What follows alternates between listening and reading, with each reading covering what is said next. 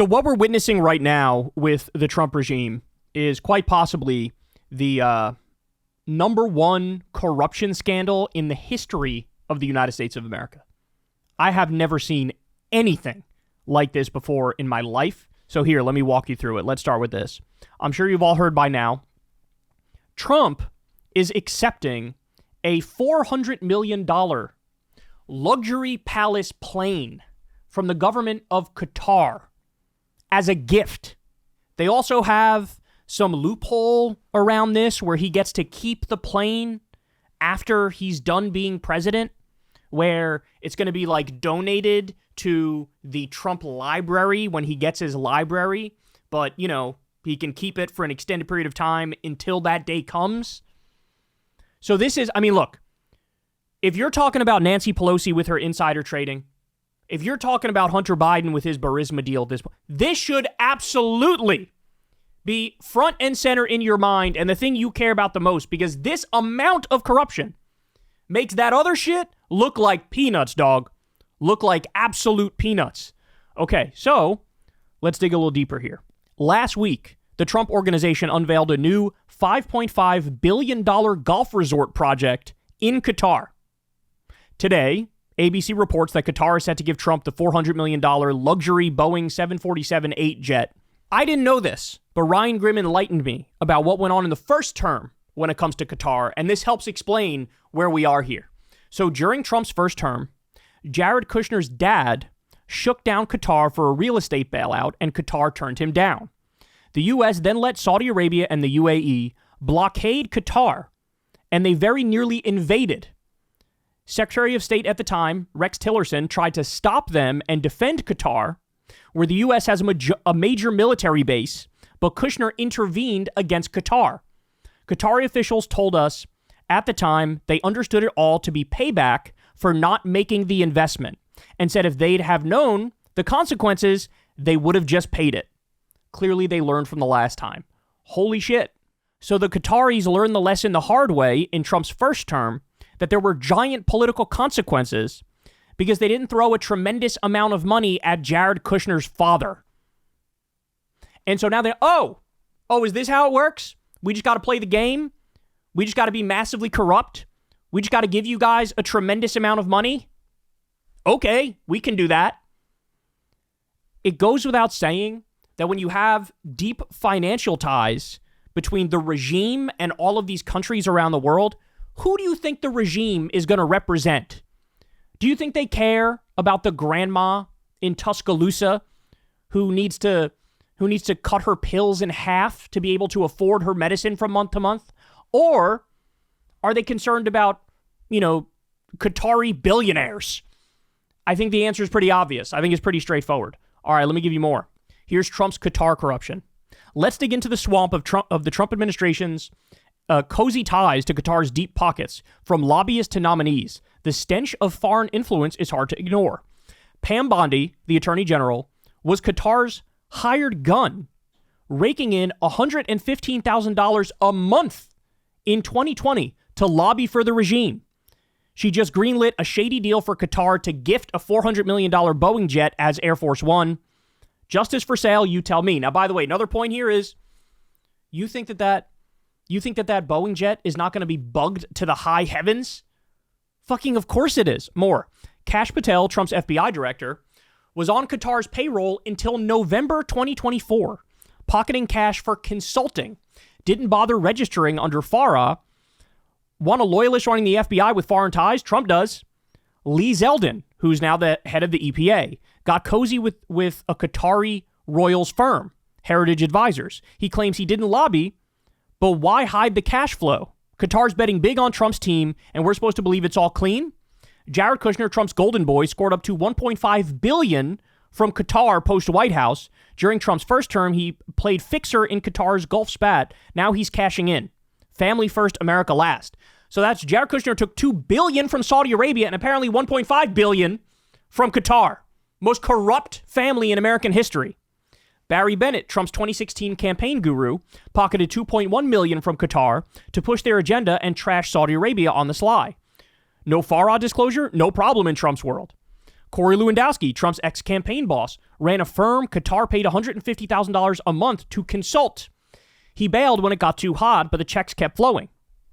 Stuart Jolly and Mark Silversmith, Trump's campaign cronies, got Qatar cash to set up meetings and push grassroots pro-Qatar vibe. Why is Qatar so obsessed with Trump's crew? They're buying access to dodge accountability for human rights abuses and Hamas ties. Trump's golf resort deal with Qatar's state firm, that sketchy jet gift, scream emoluments clause violation. And that's the thing, guys. This is not like a difficult question. This is actually pretty black and white and pretty straightforward. Jimmy Carter had to sell his peanut farm because the concern was, hey, foreign governments can send him money through his peanut farm. So he was forced to sell it. Now, when we're dealing with Trump, I mean, the peanut farm looks like a joke at this point. Now, by the way, Trump himself, so he sees all the scandal around this, right? And he validates the story by coming out and saying the following. So the fact that the Defense Department is getting a gift free of charge of a 747 aircraft to replace the 40-year-old Air Force One temporarily in a very public and transparent transaction so bothers the crooked Democrats that they insist we pay top dollar for the plane. Anybody can do that. The Dems are world-class losers. MAGA. This is what I mean when I say nobody should ever take him at face value. Like, oh, he means well, but he's being, played by the people around him. This is some of the cope we hear all the time from MAGA when Trump does something bad. You need to put that to rest forever. That is 100% not what's going on here.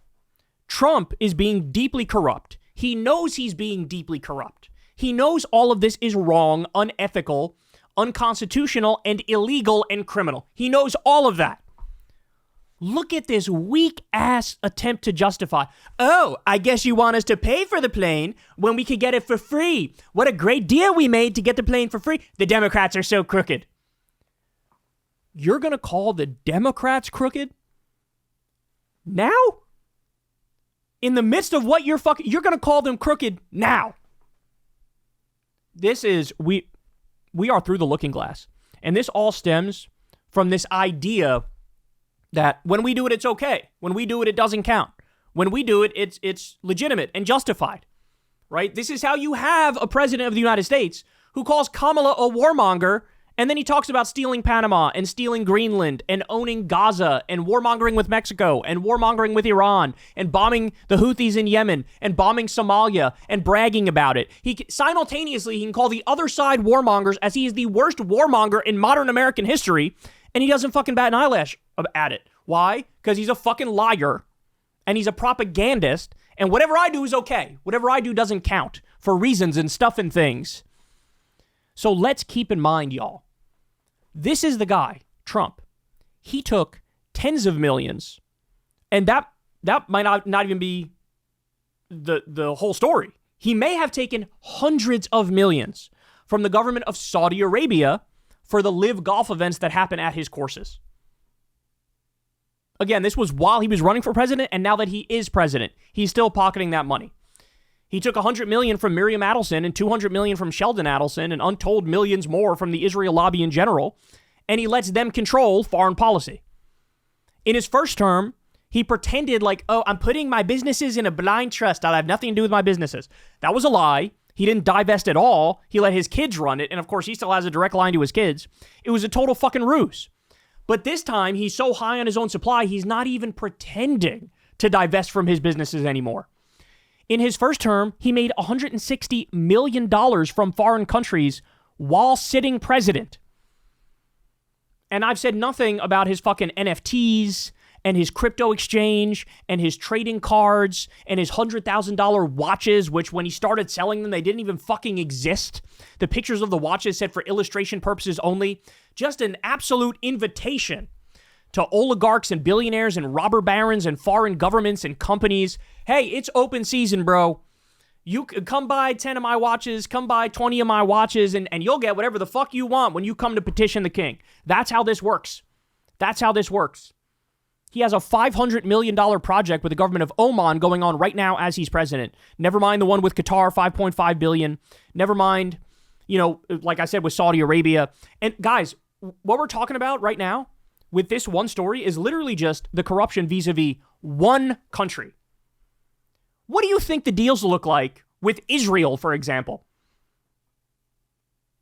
He snuggles up to the worst, most horrific regimes around the world because it's all about personal profit. It's all about that. You should not be surprised from a man whose charity was a fraud. His university was a fraud. He stiffed his own workers at his hotels and casinos. He did tax fraud and insurance fraud and business fraud. 91 crimes is what he was charged with. Nobody should be surprised that this man is doing what he's doing and being smug about it. Calling Democrats crooked as you're in the midst of the most crooked shit anybody's ever done in the White House. Ever. Let me say this. If they don't move to impeach over this, it's over, bro. It's over. There's no more rule of law. There's no more constitution. If they let this slide, it sets the precedent that any American president can do whatever the fuck they want and personally profit however the fuck they want, and there are no consequences. This is the clearest Emoluments Clause violation I've ever seen in my life. He needs to be brought up on impeachment charges.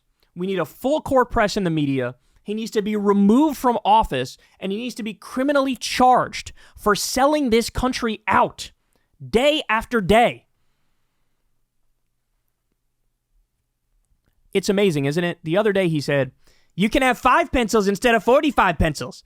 You can have $2 or $3 instead of $30. So your daughter gets $2 or $3.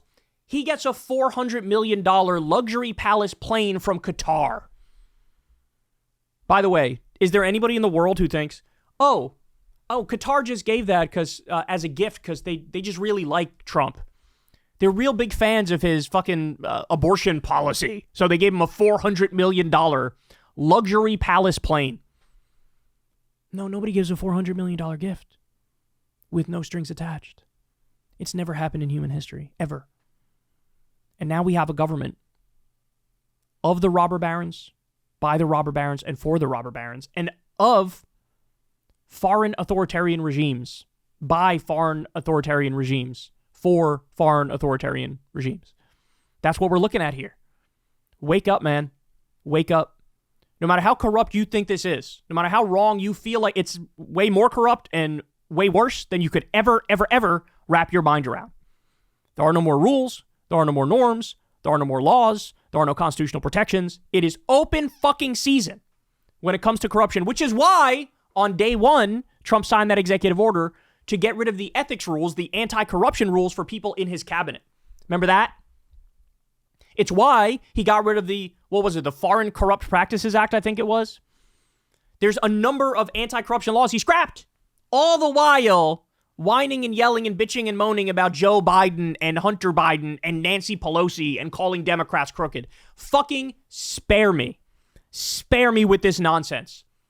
If you're still on the Trump train, I'm sorry, bro. Society sympathy has fucking run out for you. At this point, you want to get God. You want to get God. You're a rube and you're okay with being taken for a ride like the sucker you are. Hey, y'all, do me a favor and like and subscribe. It helps out big time in the algorithm. Click the bell as well for notifications when videos drop. And watch that video on screen right now. You know you want to.